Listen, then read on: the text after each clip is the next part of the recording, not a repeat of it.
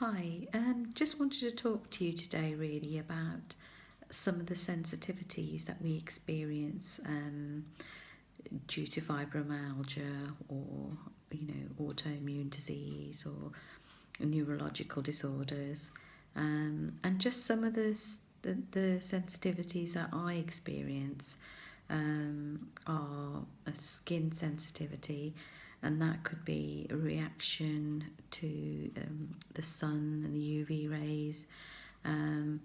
That could be the sensitivity when wearing clothes. For example, sometimes the labels and the seams on my clothes become so painful that I end up wearing soft, loose, baggy clothes just for comfort, really. Another sensitivity I experience are sensitive feet. I have to be very careful. I tend to wear seamless socks, soft socks, most of the time, just to give my feet some comfort. When I go to hydrotherapy sessions, I have to be very careful in the pool. If there's any little gritty bits, then they really do hurt my feet. One of the other things is the weather and temperature, which has an effect as well. If it's too hot, it becomes unbearable. If it's too cold, that too becomes unbearable. And if my hands get cold, then my fingers become very, very painful. Can't hold anything, can't grip anything, and can't hold a pen to write or even type, and that pain can last quite a while. So with regards to that, I just wanted to know how people managed and how people coped to make sure that they're comfortable and pain-free where they possibly can be. I try to keep as warm as possible so I don't get cold. I don't get the pain from the cold. I make sure that my clothes are soft, and most of the times I end up cutting the labels out of the clothes, and make sure I'm not wearing too tight jeans, because sometimes the seams on the leg just cause so much pain and irritation.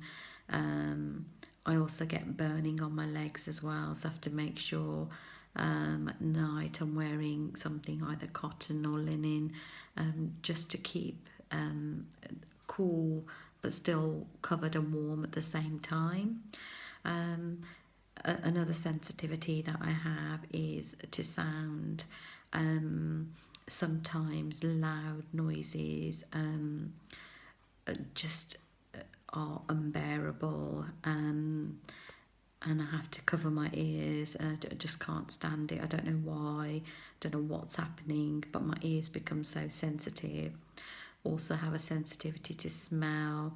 Any strong smells, then they give me headaches and sometimes even make my eyes water. There's lots and lots of sensitivities with fibromyalgia, and they're not just on the inside, they're on the outside too. Some of you will have irritable bowel syndrome because your insides, your gut has become so sensitive that it then manifests itself all around the body, and it's learning to find the triggers and manage those sensitivities. I've been quite fortunate by changing my diet. I have become virtually symptom free of IBS, but it's taken some while to get to that point, and it is a struggle maintaining it. And if there's any advice that I can give, then I would definitely say, if you can, try to cut down the sugar in your diet and sweeteners. if you need sweet things, then keep them as an occasional treat, or have fruit instead. Um, I try not to have any sugar, any sweetener, or I minimise the amount of fruit I have, because again, it's natural sugar, it's natural sweetness, which still has the same effect on your body. Um, and I've noticed that that's really helped with my IBS. I've also noticed that by cutting the sugar out, it's helped improve my sleep. Um, my sleep isn't the best, but it's still so much better than it used to be. I used to survive on half an hour to an hour and a half of sleep a night. Now I've managed to get up to between 4.5 and 6 hours a night. It's not continuous sleep, it is very broken, but I'm grateful that it's that much, and I do feel rested, um, more so than I used to before. So really my tips are: stay warm in this cold breezy weather, eat nutritious food that's going to heal you, try to stay off the sugars and sweeteners if you can. Just try it for a week. See how you get on. What we don't realise is that a lot of foods have hidden sugars, and we think we're being healthy, and we don't realise that the effects they have on our digestive system. Things like bread and pasta, once you've consumed them and they're digesting, they then turn into sugars in your body. So those are sugars which you hadn't consumed, um, because you thought you were having a healthy meal. Whereas if you had a bar of chocolate or a piece of cake, you know exactly where those sugars are, and you know that that was a treat. So it's just looking at what you're eating, and just sort of staying comfortable, really. If you've got any hints and tips on how you manage, then please do share. Um, I did meet an amazing lady last week who has become fibromyalgia symptom free, just through changing her diet and taking supplements, and looking at deficiencies and readdressing those.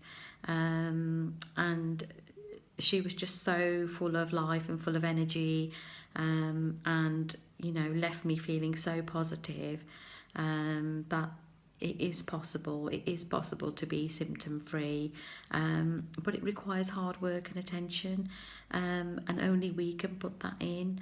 And I think at the end of the day, your health is paramount. So just do it for yourself. Just try it. Just give it a week or so. See how you feel. After all, food really is just to fuel our bodies. We don't have to love it. We don't have to crave over things. Let's get ourselves straight, because we deserve to be pain free. We deserve to have a restful night's sleep.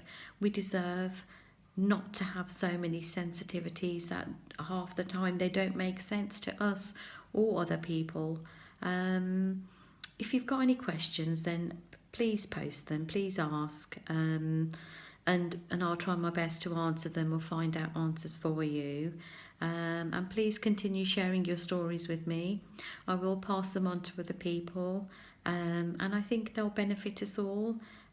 So stay positive, stay warm, stay happy. Thank you.